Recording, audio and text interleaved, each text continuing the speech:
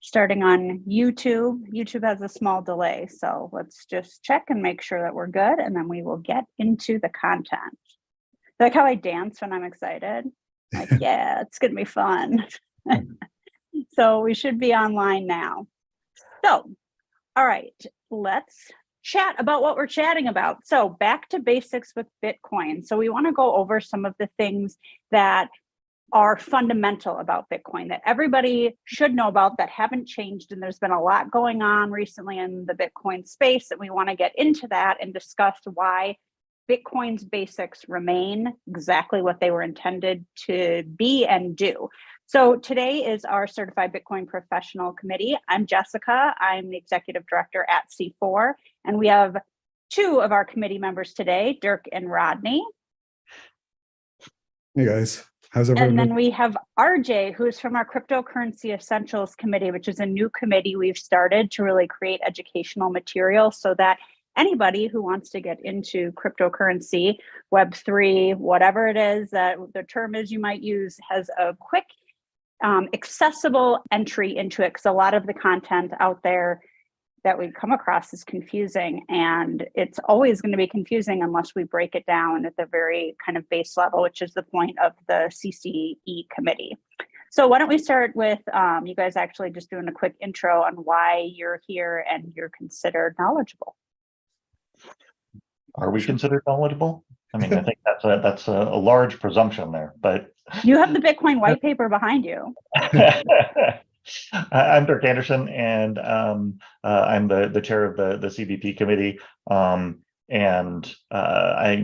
don't know that I still feel like I'm learning. That's the thing about like the world of crypto, and part of the reason that I'm involved is that there's so much happening all the time, so fast, and just crazy new ideas that people are coming up with, some of which work, some of which don't work so well. But yeah, that's me. That's why I'm here. I feel like what you just said, Dirk, and you're like, are we experts? That's kind of an ongoing thing. There's this fear that there's so much to know about cryptocurrency that people don't feel like they can say they're an expert for fear that something new has come up or you missed something. And so we're constantly kind of like being too humble, I think, as a cryptocurrency space, because it grows and changes so fast that no one can ever truly know everything about it. Right. So I feel like that's important to note, because anybody who's listening might feel the same way, like I never know enough, and that's normal. So Rodney, you want to jump in? Sure. I think just one to build on that. I think anybody that claims to be an expert, you should be cautious of, because you don't know what you don't know, kind of thing. So if you think you know everything, you probably don't. My name is Rodney McInnes. I am the COO and AML Compliance Ninja at Outlier Solutions. I don't know what I don't know, which means I'm kind of as well versed in the space as as one could be. I'm going on 10 years in the Bitcoin space, and it's kind of fascinating that I'm still sitting on these calls talking about the basics and excited about it, while trying to dig deeper into whatever I can, really, from a crypto point. So that is, I don't know, that tells me a lot about Bitcoin, because I don't know if there's much else in my life that's kept me this interested for this long.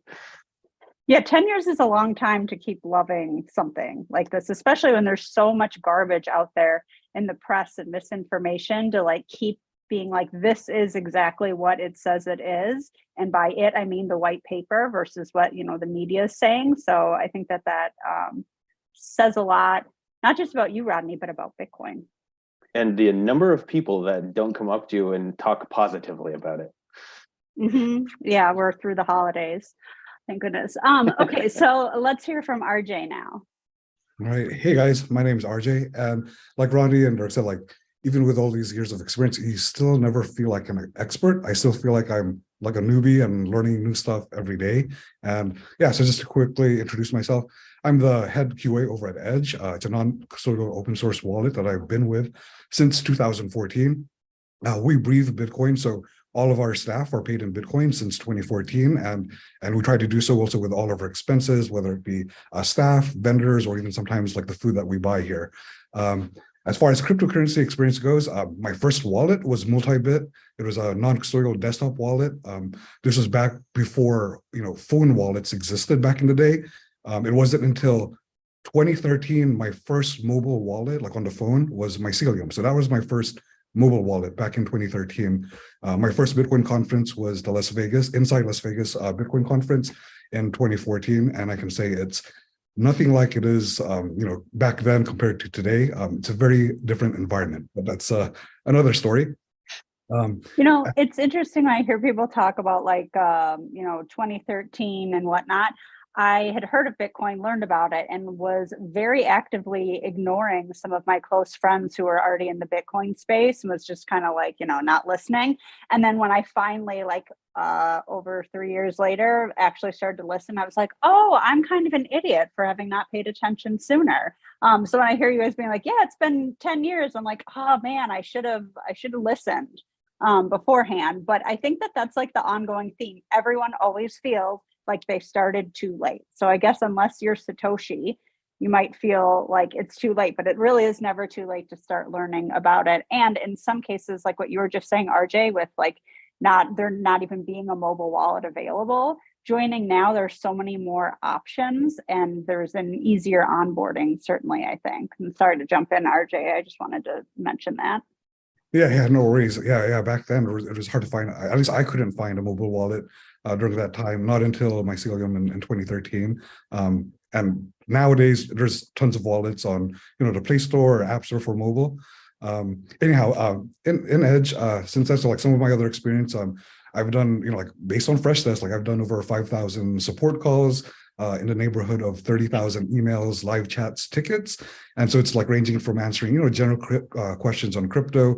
I sent BCH to a Bitcoin address or vice versa, Bitcoin to a BCH address, locating funds, like maybe a user would have sent USDC from Ethereum on the Polygon chain or vice versa, and help them recover that. And then sometimes it'd be a user has a stuck pending transaction because fees were too low. Maybe we'll help them out and do it manually. CPFP, child pays for parent transaction. So basically you broadcast another transaction, and with those inputs, using a higher fee, that can make the previous transaction confirm a lot faster now that you're using a higher fee. So you may have just lost the newbies.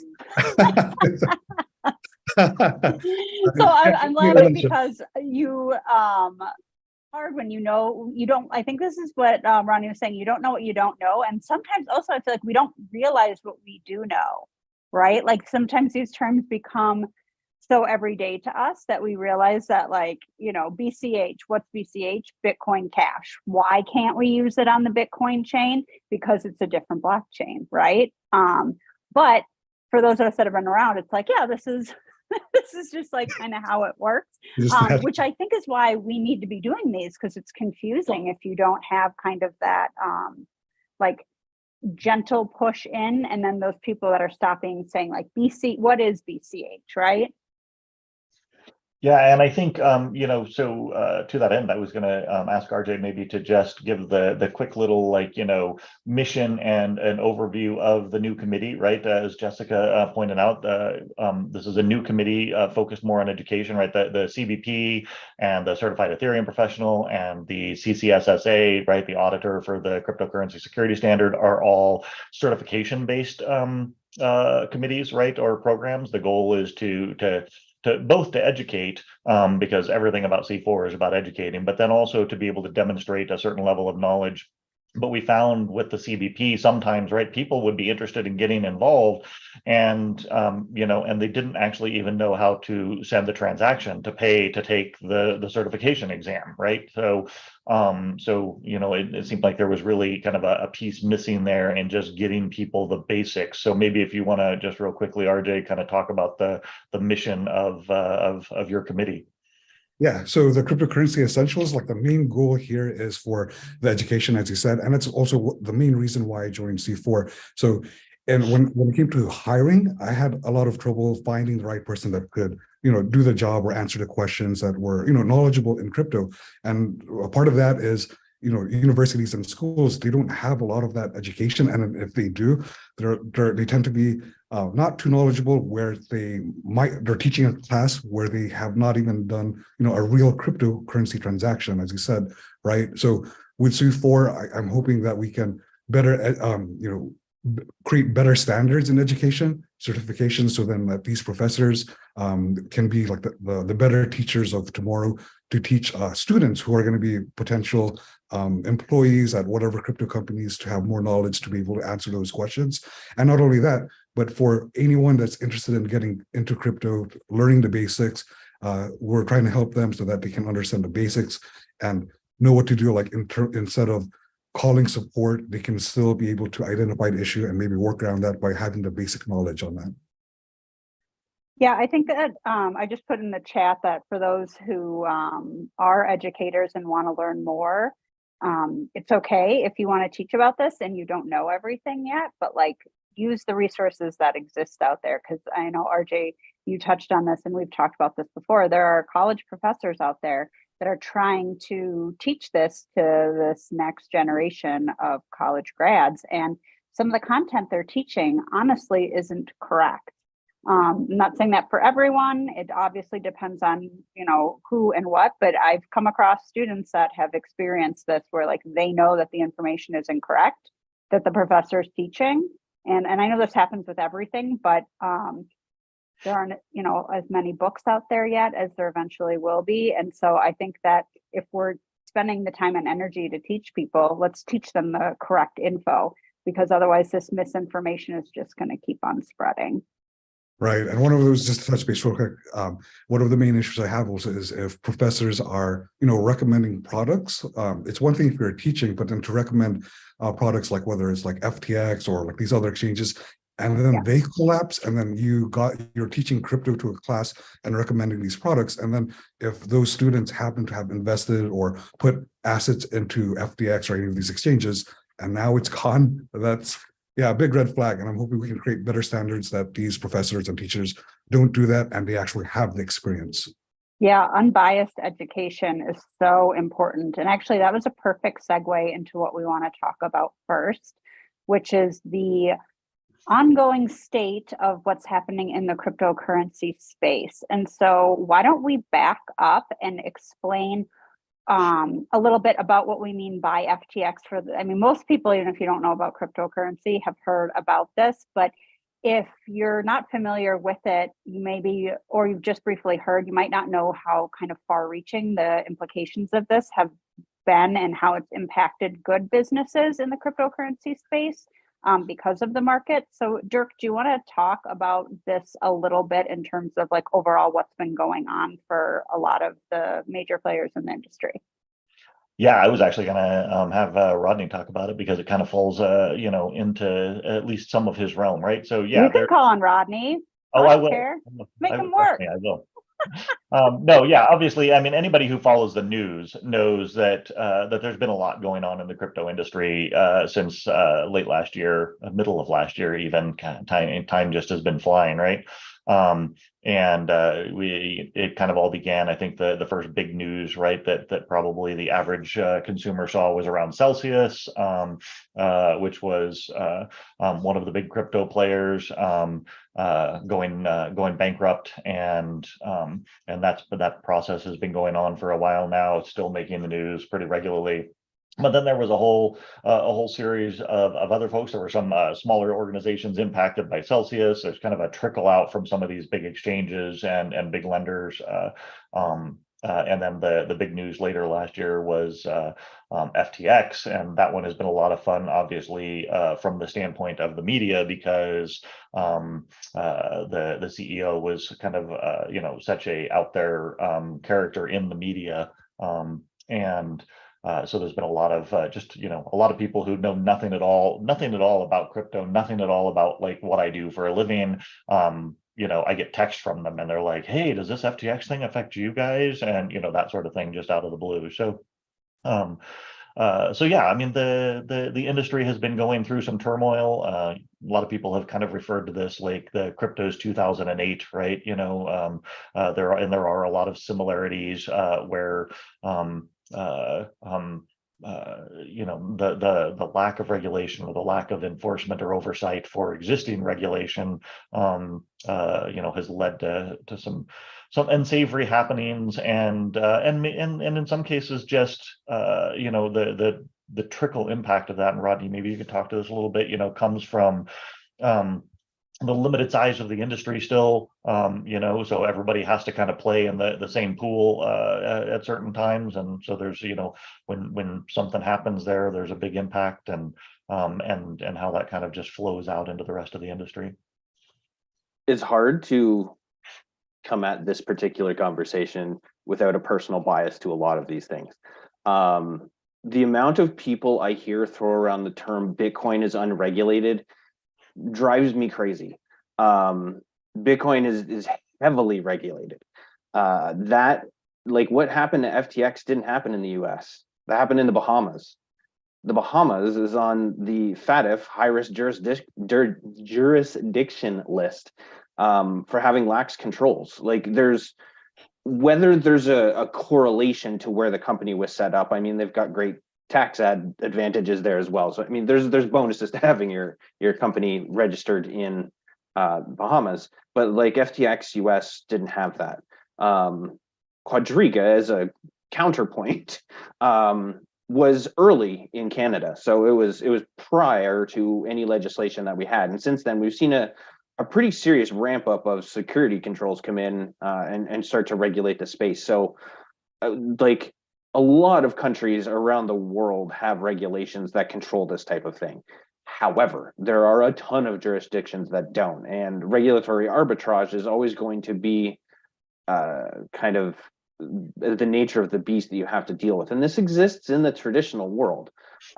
It is more difficult because most of the banks will just stop you from sending your money to some random person in whatever country that says they can 10x your money overnight.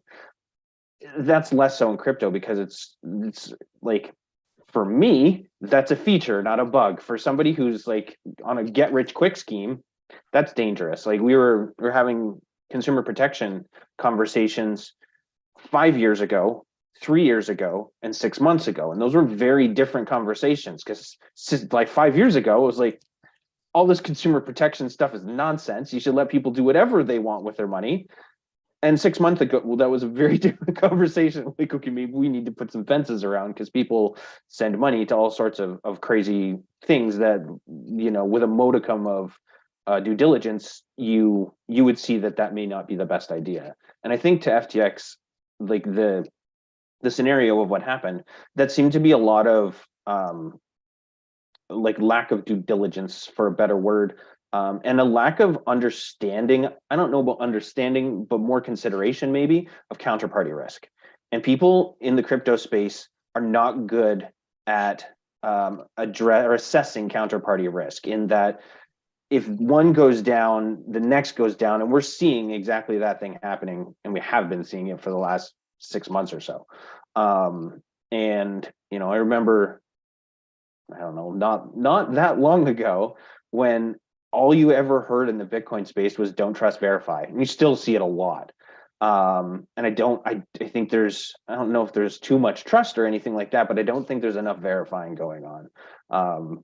Folks in some of the large chat groups that I'm in that are very kind of crypto centric, a lot of them were like, oh yeah, we got approached by them. And it took 5 minutes to look at what they sent over and was like, I'm not touching that with a 10-foot pole.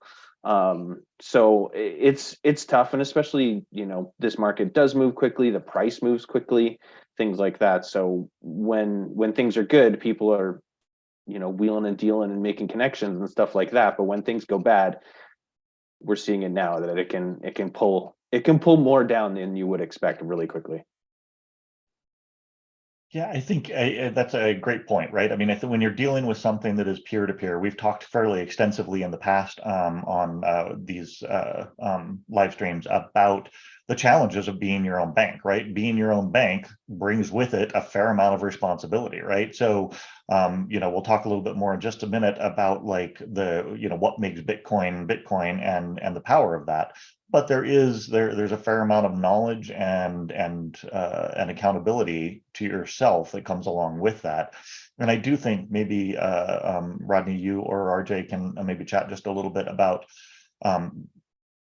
figuring out how to apply, even like, so I work in the lending space, right? We have lending licenses in multiple states and countries, and we deal with things like the Bank Secrecy Act and all of the AML rules that you work with, Rodney. And right, I mean, there is a great deal of regulation around what we do and how we do the things that we do, and so maybe you guys can touch just a little bit on how it's maybe not the regulation necessarily that isn't in place, but just the education, the understanding from regulators, and how they can apply that, and how they can actually have the education and the knowledge to oversee what they should be looking at in the context of crypto versus fiat that they have lots of experience working with.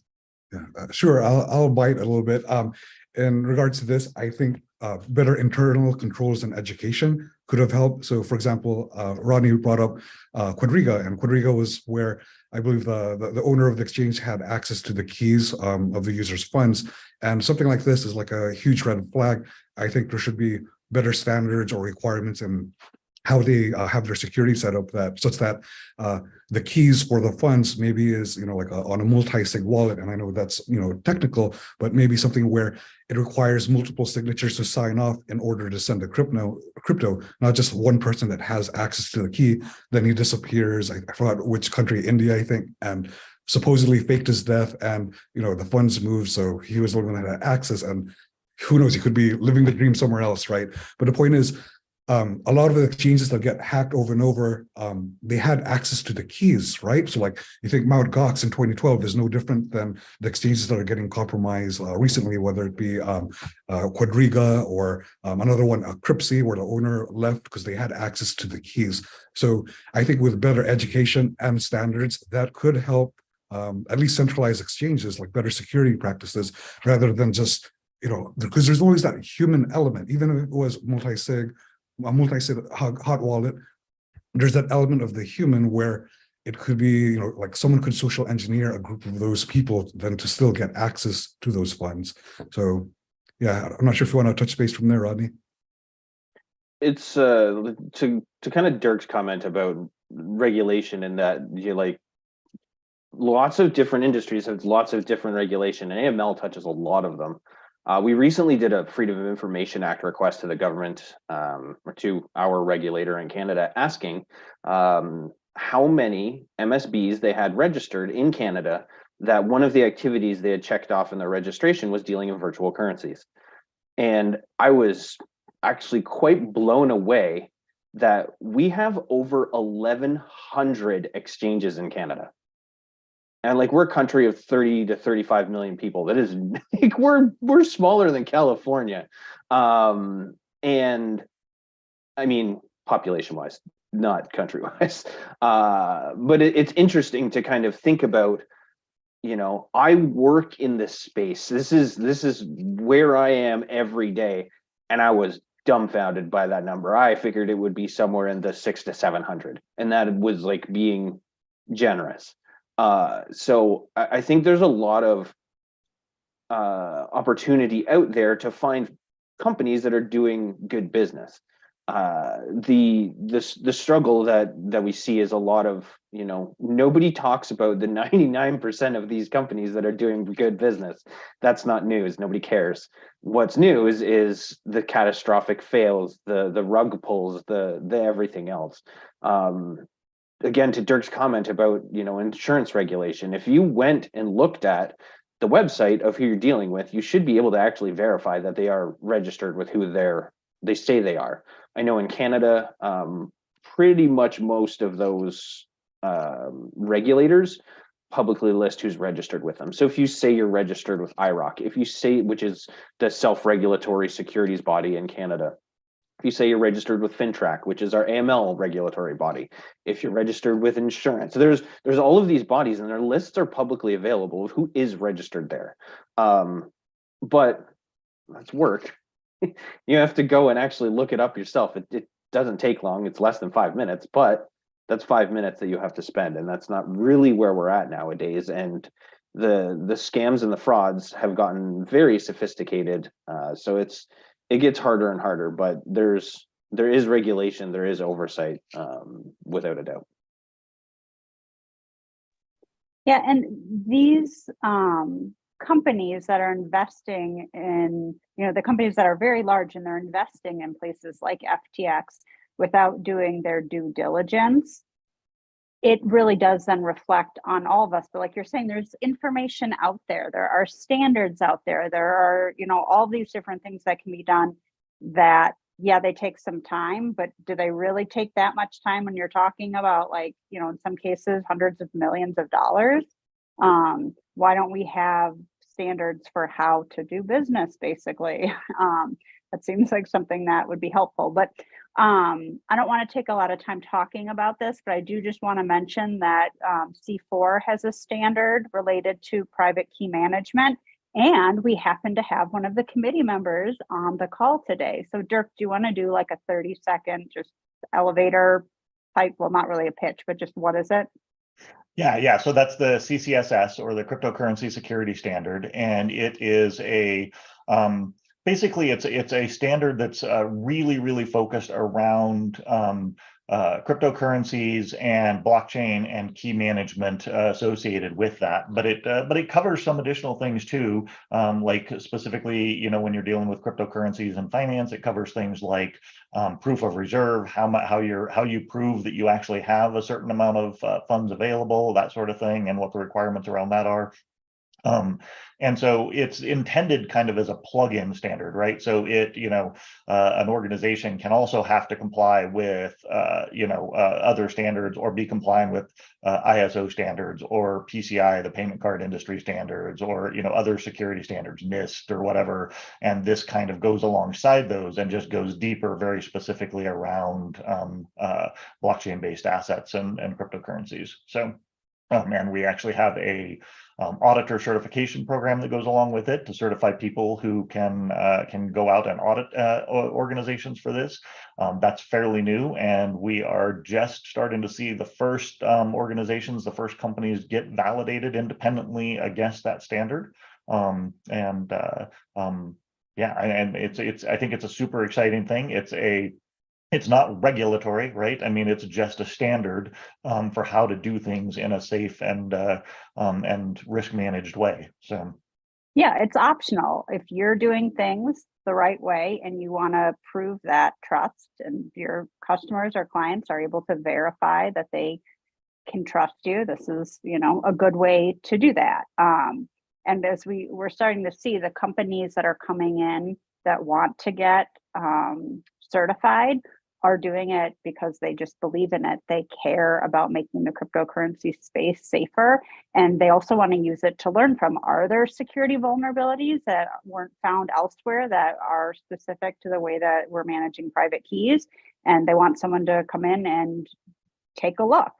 And of course, it's somebody that is certified as a cryptocurrency security standard auditor. There are people who really understand the industry. There's NDAs, there's all of that. So it's not like it's not weakening security, it's increasing it. And the first company whose system was certified is Fireblocks, and there are a number of others that have started going through this process. And as a user, I'm excited to have some information about, what appears to be more trustworthy. No standard is a silver bullet. It's not saying that there will never be any issues, because that's an impossible thing to promise, but one more layer is better than one less in terms of making sure that you're doing, due diligence before you work with a company or use a company's products, for sure. And that's not just a plug for C4, but I think it's really relevant, right? So what we've been talking about so far, kind of the state of industry and the issues with or without regulation and with or without oversight, right? They kind of fall into two areas, right? There's actually the financial side of things, right? If you're dealing with any finance, there's financial risk associated with that, and that's true whether it's stocks or banks or any sort of investment, real estate, whatever. And then there's also technology risks associated with that, and that's even true outside of blockchain, right? I mean, if you're sending cash via one of the Venmo or PayPal or something like that, right? There are technology risks that are being managed there, right, to make sure that that stays secure. But what there aren't in the case of Bitcoin, and this is kind of where we started the conversation, is all of the things that we've seen happen in the industry have absolutely nothing to do with Bitcoin itself as the underlying currency, right? They are risk to how it's being used, whether those are technological or financial risk, but they don't have anything to do or any impact on Bitcoin, which is actually exactly the same as it was. And that's kind of where we started. So maybe RJ, since you are with the committee that you're on, kind of trying to get people educated in the basics, maybe you want to go back to kind of some of what the core things are and the core reasons that we love Bitcoin in the first place. Yeah, so yeah, sure. And we have the slide up. So one of the main reasons like getting into Bitcoin in the first place, it's still the same as it was, like when the white paper came out, but it's about decentralization, it's permissionless, it's trustless. Even today, even back from 2008, Bitcoin, it's a fixed supply. There's only 21 million Bitcoin. It's immutable. It's an immutable ledger. Like once you do a transaction and it's confirmed on the network, it's irreversible, right? So it's not a bug, right? It's a feature. So that's the way it's supposed to behave, which could be good or bad. So if you're someone that sent coins to the wrong address, you did a payment and you want your money back, it's not like PayPal where you can, or a credit card where you can cancel a transaction and have that reversed. With Bitcoin, it's irreversible. You can't cancel it unless you reach out to the person that received the funds, and then maybe you can talk to that person and have them send the funds back to you, right? In terms of being a vendor, it protects you against fraud. So like with credit card purchases, if you're maybe a store or a merchant, maybe 1% of your sales, you deal with fraud and chargebacks, right? So then this kind of protects you in that when someone pays in Bitcoin, at least you know you're getting it. It's not going to be reversible, right? So there's a lot of features in regards to Bitcoin, in regards to what makes it more financial freedom. It's being able to send without permission to anyone, anywhere in the world. Unlike a bank account, you still need permission, or if you wanted to withdraw your money, you can't just walk into your bank and withdraw 100,000. You need to set up a date to do that, right? With Bitcoin, it's permissionless. See, there's a few points I wanted to go over still, but the main use case that I think is tapping into economies without a bank. So you think third world countries, for example, or maybe just someone that can't access a bank account, right?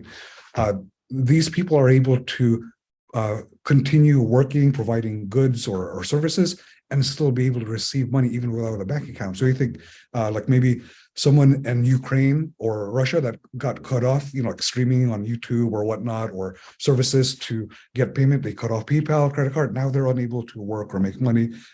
They're still able to do so with cryptocurrency, right? It's also, this part's a little bit extreme, but it could be also a hedge or a protection against war. So like for the first time in history, never before possible, if something were to happen, for example, like, I don't know, we got attacked and we have to flee the country for whatever reason, you can't bring your house, your car, you can't bring like hundreds of thousands of dollars, or even $10,000 of cash, due to regulation or physical gold. It's going to get seized, right? But for the first time in history, if something were to happen, with memorizing the private phrase of your Bitcoin wallet, you could have all of your assets basically in your mind, go to a different, a safe country that has internet and Bitcoin friendly, and you could restore your wealth. So think like maybe like World War II when we were exterminating the Jews. You'd have to flee, leave everything behind, your house, your car, your money. You wouldn't be able to start over. And now for the first time in history, this is possible if something like that were to happen. And lastly, it's also, it's a hedge against inflation, like with the way things are going in the economy right now, prices going up, whether it's eggs, water, gas. We know that the Bitcoin supply, it's fixed compared to fiat. We don't know what interest rates are going to be 5 years from now, or like 6 months from now, they say stuff that's going to be like, okay, it's going to be a little bit higher, or we're going to back down, but then they do something else. And part of that is like fiat. It's at the end of the day, it's governed by the human element, right? And I like to say this, like crypto or Bitcoin in this case is governed by math or decentralization. So just a few points there.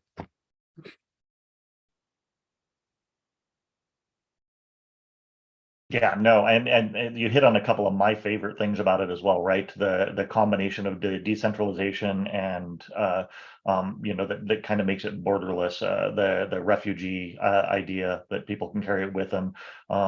I also love the fact that being peer-to-peer, like you said, allows for payment.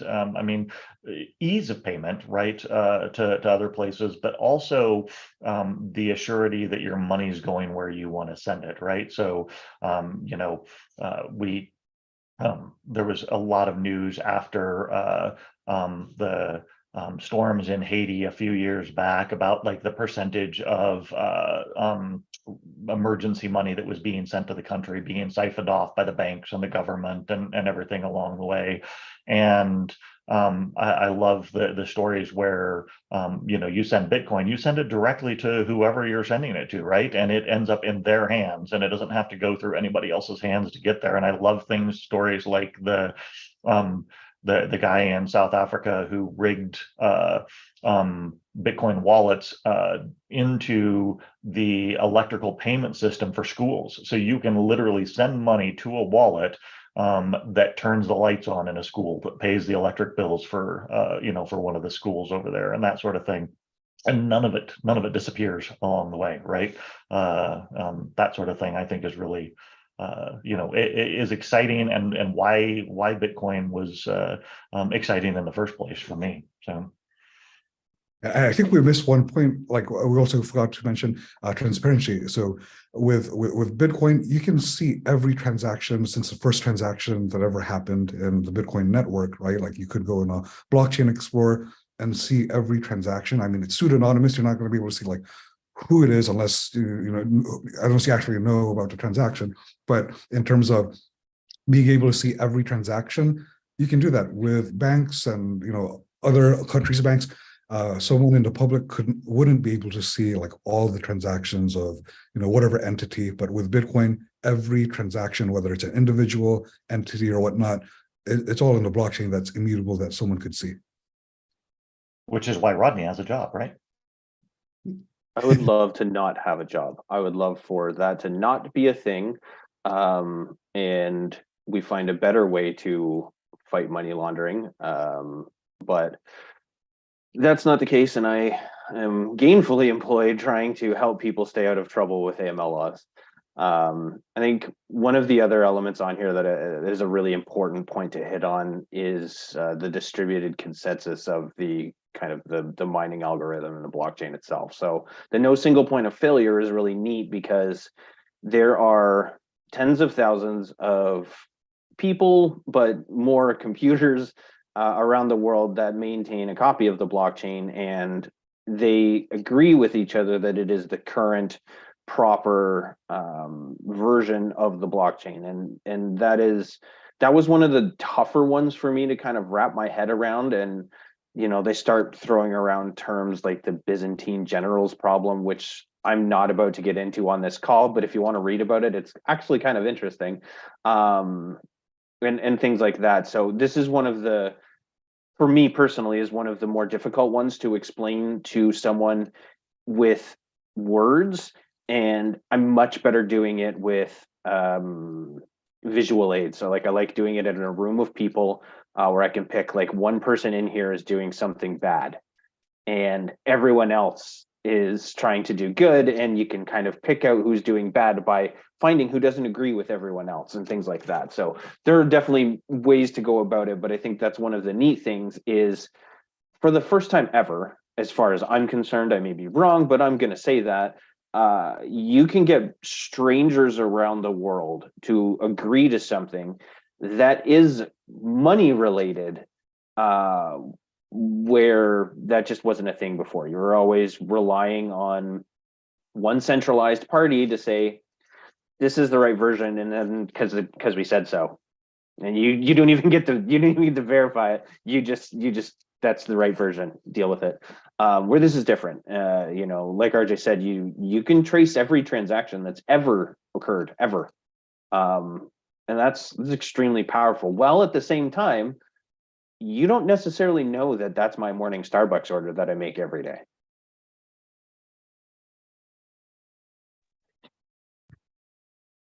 Am I the only one now wondering what your morning Starbucks order is? I definitely do not drink Starbucks every day. I make my own coffee. Okay, good for you. I think I like that answer. And actually, I was just realizing my coffee cup from this morning is Rules Without Rulers. It's one of Andreas Antonopoulos. Oh, you've got one of his mugs too. I love these mugs.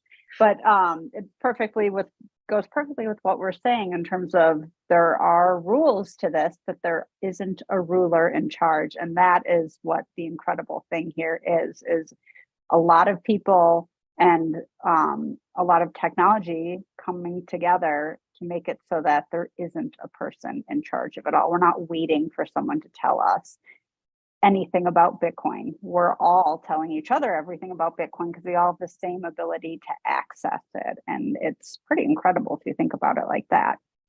I think we talked about each of the points on this. Is there anything we missed on this, or do we want to talk about use cases? Oh, go ahead, Dirk. Before you take it away, one of the thing I wanted to point out was, so I've got the Bitcoin white paper poster over my shoulder here, right? Not just because it's, makes me look cool, but because it is cool. What is really amazing, right, is that all of this stuff, right, all the things that are on this slide here come from a 9-page white paper, and the last page is just references. So I mean, that's incredibly elegant. This is shorter than any business plan for any bank ever. This is, I mean, there's a little bit of math in it, but even if you're not a mathematician, reading this white paper to understand Bitcoin will take you, 20 minutes to read. You might have to, as we were talking earlier, right? It takes a lot longer to kind of understand all of the implications of it. But there's cryptographic math in it. There's game theory in it in order to make everybody, play by the same rules. And all of that is just in this short little paper. That is the elegance of that and the simplicity of that is one of those things that I've always loved about it. But the fact that all of this comes out of there, and it is possible for somebody to understand it, to read it, to look at it, to understand all of this. Whereas I challenge any of you to explain the details of how SWIFT is used to move money between banks internationally, right? The challenge accepted. Tomes. The what? It's a challenge accepted. I would love to see the volume of manuals that would stack up to cover the details of those processes, right? I mean, I think it's amazing. So.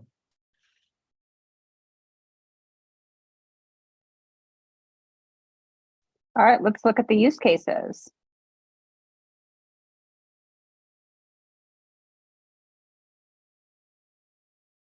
So when we say use cases, we think about how the reason that Bitcoin was created was to have a peer-to-peer network that didn't have anyone in the middle, that was based on cryptographic trust. And there are a lot of different things that Bitcoin can be used for. So at its core, the simplistic way of looking at it is that it's made for peer-to-peer transactions. It's for sending money and receiving a product, but there's so many more things that can be useful from this. It's more than just one thing. So let's talk about the pieces that we've got on this slide. Who wants to start? I can start maybe with buying and selling goods and services. So it goes back to the previous slide, like mentioned before, that it's inclusive, like anyone, anywhere in the world, they could begin taking payment in Bitcoins or selling goods and services, whether it's, as long as they have an internet connection. There's no middleman or someone to cut you off from banking. You could receive payment or make payment to anyone in the world, or donations, or help someone and send funds to them, without outrageous fees, like if you were to do Western Union or something like that. So it really opens up anyone in the world to participate in the economy where they normally would not have been able to if banking was not possible there. Yeah, and the speed at which it comes across, waiting for a wire transfer versus waiting for a Bitcoin transaction is just, if you haven't done a Bitcoin transaction before, highly recommend it. When you send or receive and it's just there, it's like, oh, holy, how did this just happen? Because it's just, oh, this person lives somewhere in Asia and I live in the United States, and I, sent them my address 20 seconds ago, and I can already see it's pending, and now it's confirmed and it's mine. And it's been like a minute or two, it's like, it's just, until you see it, I think it's hard to believe how easy it can be to do that and how quick it can be. And there isn't that third party, there isn't that Venmo or PayPal in the middle charging astronomical fees. I mean, to send like $1,000 on PayPal, the amount that's charged, $50, something like that, if it's a business, versus a quarter if And it's then the international bank wire, Mhm. crazy expensive. Yeah. Yeah. And that's why I feel like it's like when you first do a transaction on Bitcoin, or maybe it's the first time you receive payment, it's like they call it like magic internet money. And then I remember like a post way back, I think it was like in 2014, I saw it on Reddit. Some guy, like it was like at a stadium or football game, he brought like a big billboard like with a QR code and like like send mom or something, send Bitcoin here. And then lots of random internet people just sent Bitcoin to that person with that QR code, and it ended up like I don't know, like over $20,000 of Bitcoin at the time in 2014. But it just showed like back then in 2014 how someone with just a QR code at a stadium showing it, and it got shown on like national television, that random people just started sending money to it. So I remember that was pretty amazing when I first saw that. Well, that kind of goes to building strong communities. So let's say this person was running around with this sign and the intent of it was to raise money for something. And so this, I guess, also connects with the funding public goods, but building strong communities, allowing people who are able and willing to help for something to be able to do so without it being this, like week-long process. I've had family members before that I've wanted to help financially, and having to go through all the process. Okay, you need a bank, you need to go through this, or sending a check or whatever it is definitely much more time consuming. I'm not saying that there isn't a place for it, but there's definitely this sense of, peer-to-peer, meaning, hey, I'm going to do this for you, I'm sending it to you, it's between us, it's kind of done, and we've built this ability to, I guess, share currency without it becoming something that is bigger than that. Because at the root, it's pretty simple. You're just sending currency from one person to another, and we should be able to keep that simple rather than becoming, something much bigger than it is. And the cool thing in terms of building strong communities is, at least for me, joining the Bitcoin space, I've met so many people across the world that I never would have met without this technology, and been able to do things that I wouldn't have been able to do. So it really does bring people together in a way that I think the media showcases the nastiness. But in reality, that's, I don't think, at least for me, in being a participant in this space, that is not an accurate representation at all. What I think is especially funny around that from a media perspective is that the media uses Bitcoin to pay people. In like what we were talking about earlier, like in war-torn countries, in countries where there are economic restrictions, in countries where, say, women aren't allowed to work and make money, and so they can't have bank accounts and that sort of thing. The media uses Bitcoin to pay people in those places because it's the reliable way to actually get something of value into the hands of those people that are providing, reporting or news information from those locations to them.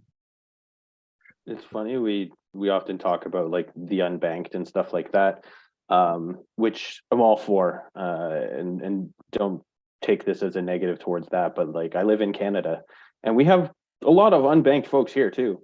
But the increasing number of people coming from a foreign jurisdiction, looking to set up a remittance company. So send like just a company for people to send money back home so they don't get charged outrageous fees and don't have to wait days on end, that are like, I can't get a bank account for my legitimate business that is registered with the regulator.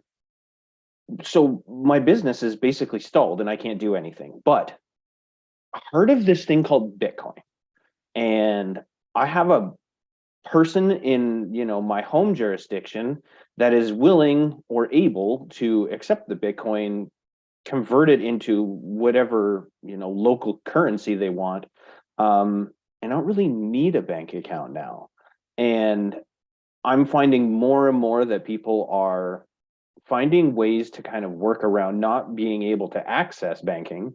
And then finding out is it's way better. There's way less cost. There's like, it's way faster. And it's just like, it's beneficial all across the board. And similarly, I'm seeing that with, you know, people buying and selling goods. Now, there is a bit of a misunderstanding with folks who think or have been told that if you accept crypto as part of your business, that you're now a regulated entity. So by regulated entity, I mean a money service business or something that has to adhere to AML law. And that's incorrect. So just accepting Bitcoin as payment for selling a t-shirt, similar to this one that Jessica might find familiar, it doesn't mean you're a money service business. You're just accepting a value for the good that you're producing. So if you have heard that, and my expertise is Canadian, so I am definitely not giving advice in any other jurisdiction. But for the most part, it is fully acceptable to do what you want with. You get into questionable territory if you're going to turn around and sell that Bitcoin into the public. But for the most part, just accepting it for the sale of a good or service is absolutely fine. I mean, we've been taking payment in Bitcoin since 2013. And I'm still not an MSB. I wanted to Oh, touch. go ahead, RJ. Yeah, I just wanted to touch base again on building strong communities and funding public goods. So, as you know, everyone mentioned here, it's a direct payment. It's magic internet money where it's between two people or two entities. There's no middleman. And the thing that really helps a lot is you can donate directly to the person that needs help. And I remember reading articles like something like with like Hurricane Katrina and Haiti, where the donations, like I forgot the stats, but like maybe a few percentage of the amount donated actually reaches out to the people that need the help. And then there's even some cases, like if you just Google that, there's a certain amount of people like under investigation or being arrested for these middlemen that, or these Red Cross people that stole money from the people that donated money. It never reached the people that needed help. So with Bitcoin or crypto, it's allowing direct payment to the person that would could benefit from, rather than a middleman where they take a huge cut, whether because that's what they do, or if they're illegally trying to steal a portion of that before it reaches their hands. Absolutely. It's great, gaining in popularity. I have a friend who has been in the crypto space for a long time, but specifically in the in the donation space. She wrote a book called Bitcoin and the Future of Fundraising, that is how to how to basically figure out how to accept donations for your charity, no matter where you are in Bitcoin, which is pretty powerful, given some of the struggles within the charity space. So I talked earlier about MSBs having struggles with banking. Charities are just as high on that list of having trouble getting a bank account, let alone being able to move the funds into some war-torn country, even more so when they don't have proper banking facilities. And I personally have known people that have taken duffel bags of cash into those jurisdictions to do the work that they need to do. And that is not an elegant solution.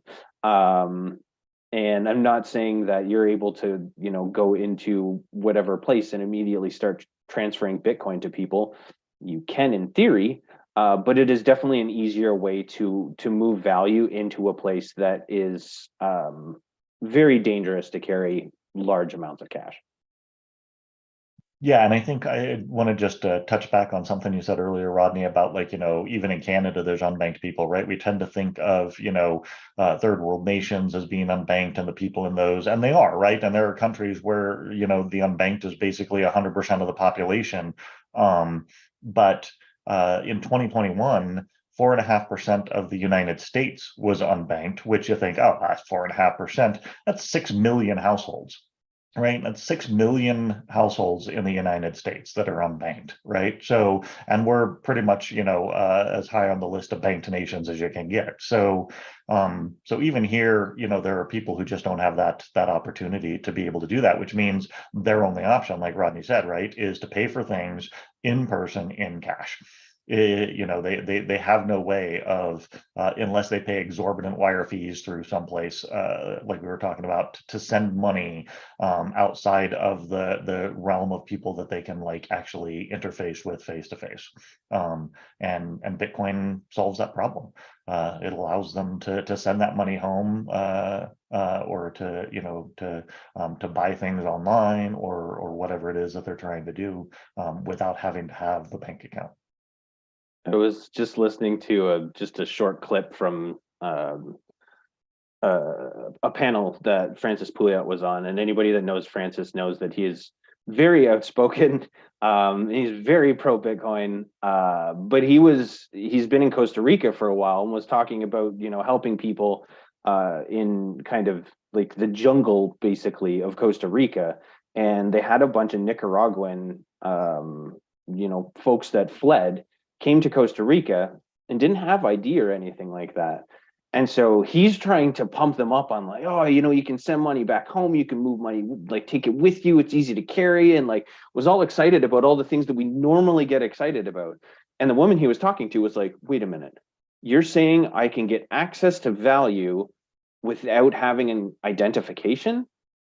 And Francis says, well, yeah, absolutely. I'll spin you up a wallet right now and send you value. It is not hard to do. And it was really interesting to see kind of the other side of what you don't necessarily think about when, you don't have a wallet full of ID cards that say you are who you are. That is a tremendously powerful tool. And like I think to the point of this, last part of the conversation of, there's a lot of people, there's more than we know that have that situation, which is pretty amazing. Just because you don't have a card that says you are who you say you are, you can't interact with the international finances. That's horribly lopsided. So we've got like 2 minutes left, and there's so many more things I want to say and touch on about what all of you have said, but I feel like since we have to go, we should end on such a super positive note, in that Arizona is proposing to have Bitcoin as legal tender to be able to pay taxes and whatnot in, which is awesome. So anybody want to say something about that before we close? Yeah, sure. I think that's something that's relatively new and recent, and it's something that I think, what was like the previous state, if anyone remembers, I think it was like Florida, where you can pay like parking tickets or government stuff with Bitcoin. So I like the direction that this is going, and we'll probably see like many states follow. Like one by one, eventually all of the states will follow and do Bitcoin. It's so exciting. I don't know, it's a city, I guess, in Canada called Innisfil. They had the ability to pay your taxes and things like that in Bitcoin back in 2017 or 18, something like that. And I know people that did, but it wasn't common. Now that conversation is very different, where people like requesting, how can I do that? Is there a way that I can convince my MP to affect that change? So I think starting to see the shift is pretty neat. Yeah, Yeah, and Colorado, you've been able absolutely. to do that for a couple of years now, to pay your government bills and stuff in Bitcoin. That's where I live. So, but yeah, no, there's just I think yeah, on the positive side of news, right? I mean, there were a couple of news stories. There was another one I was going to mention, and now I'm blanking on it. Something else that was just announced or just came out yesterday. Some stat.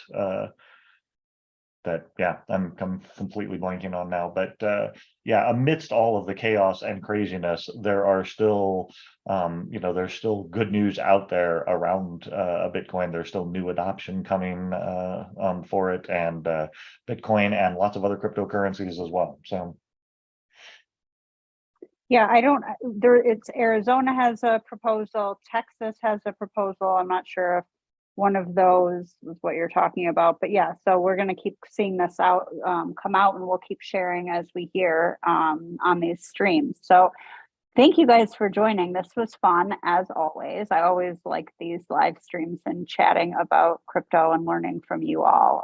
There's always too much to learn, and there's always too much going on to understand it all. So this has been awesome. I remember what it was. Oh yeah. Goldman Sachs just ranked Bitcoin as the best performing asset in the world so far in 2023 over gold, energy, the S&P 500, real estate, anything else. Is it inappropriate to go, ha ha? Yeah. Okay, that makes me happy. No, Rodney, you're with me. All right, good. Okay, well, thank you guys for joining. This has been great. We'll see you next month for another CBP live stream. And please keep an eye out for our Cryptocurrency Essentials Committee. We're going to be putting out more basic content, and I think it's going to be really helpful to onboarding those new in the space that need some information broken down a little bit, which is where we all started, to be fair. So we look forward to helping you become, I guess, bigger geeks like the rest of us. So yeah, towards increasing the geeks. So thank you, and we'll talk to you next month. Thanks for having me. We'll see you Thanks, guys. everyone.